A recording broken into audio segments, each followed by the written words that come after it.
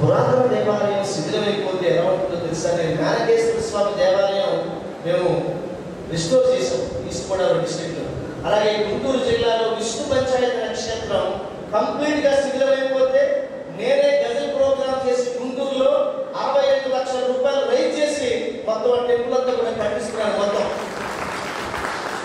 ఆరంభించినప్పుడు temple చూసి గుడి ఏది,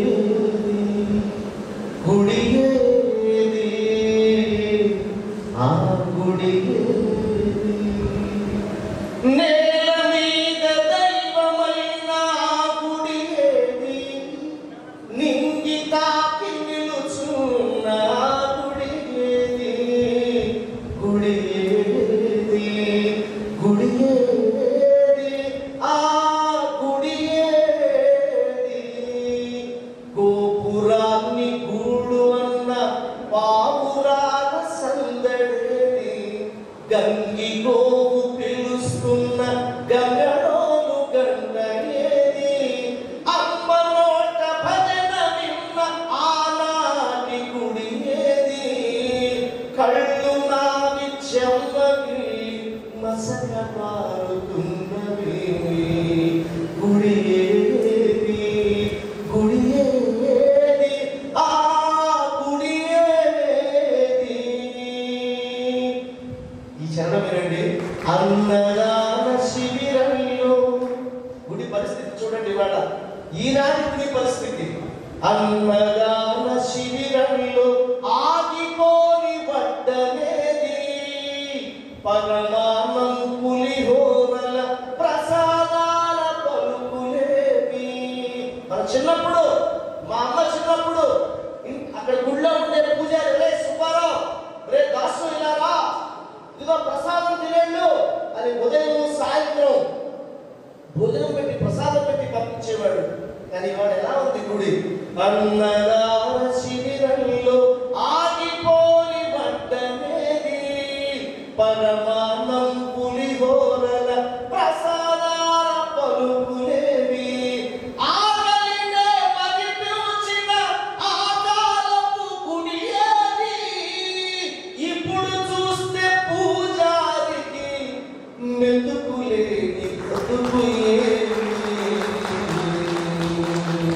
పురాణాలు వినిపించిన తోరణాల గుడి ఏది, మంచి చెడులు తెలిపిన ఆ గురువులాంటి గుడి ఏది.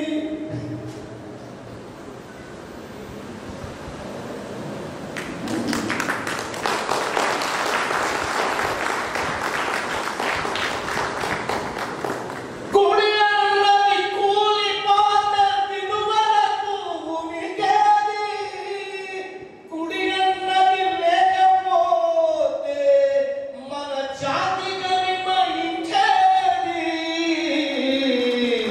మన జాతి గరిమ ఇంకేది. నేను మాట్లాడుతున్నది జాతి గురించి, మన గుర్తుల గురించి. దూలాల పట్టుకు వేలాడటం కాదు, మూలాల పట్టుకు వేలాడాలని చెప్తుంటారు. మన మూలాలు దేవాలయాల్లో ఉన్నాయి. దేవాలయాల్ని కాపాడుకోవాలి. దేవాలయ ధర్మాదాయ శాఖ కేవలం కేర్ టేకర్ మాత్రమే. మనది, మన పూర్వీకులు కట్టించిన దేవాలయం, స్వేదంతో వేలాడు నిలిపినటువంటి సంస్కృతి ఈ భారతదేశానికి. ప్లీజ్, ఎవరు దేవాలయం కాపాడుకోవాలని చెప్పడానికి దేవాలయ ధర్మాదాయ శాఖ నుంచి ఉత్తర్వులు అక్కర్లే.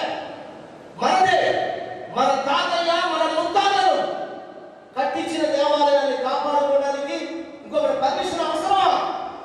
వెళ్దాం రండి. దేవాలయ ధర్మాదాయ శాఖతో కలిసి మన దేవాలయాన్ని మనం కాపాడుకునే ప్రయత్నం చేయాలని ఒక లక్ష్యంగా, తక్షణ కర్తవ్యంగా భావించి ఈ కార్యక్రమాన్ని ఏర్పాటు చేశాం. దీంట్లో ఉన్న ఆవేదనని, మా ఆత్మ నివేదనని అర్థం చేసుకోండి. గజల్ శ్రీనివాస్కి కొత్తగా ఏమి పబ్లిసిటీ అక్కర్లే, నాకు ఈ వేదికలు ఏమీ అక్కర్లేదు. కానీ నేను మనస్ఫూర్తిగా ఆత్మసాక్షిగా ఇక జీవితంలో దేశం కోసమే బతకాలి అనుకుని జీవిస్తున్న మనిషిని. ఇందులో దేవాలయమే ఒక గొప్ప దేశం. నా దేశంలో దేవాలయం లేకుండా నేను ఊహించలేను. రండి. సేవ్ టెంపుల్స్లో అందరూ మెంబర్సే. మీ ఊర్లో ఒక దేవాలయం ఉంటే ఈ రోజు నుంచి నేను దత్తత తీసుకుని దానికోసం పనిచేస్తానంటే దేవాలయ ధర్మాదాయ శాఖ ఏమి అడ్డు చెప్పదు. ప్లీజ్, మనం సొంతం ఎప్పుడు చేసుకుంటామా, ప్రజలు ఎప్పుడు సొంతం చేసుకుంటారా అని వాళ్ళు ఎదురు చూస్తున్నారు. మనం ఎప్పుడు భాగస్వాములు అవుతామా అని ఎదురు చూస్తున్నారు. ఇప్పుడు స్వచ్ఛ భారత్లో ఒకటే మోడీ గారు చెప్పేది, ప్రజల్ని భాగస్వాములు చేయండి, ఈ దేశం వారిది, వారు చేసుకోవాలి ఈ దేశం నిర్మాణం అని వారు చెప్తున్నారు. అలాగే దేవాలయాలు కూడా మనవి, నా యొక్క ఆవేదన అర్థం చేసుకోమని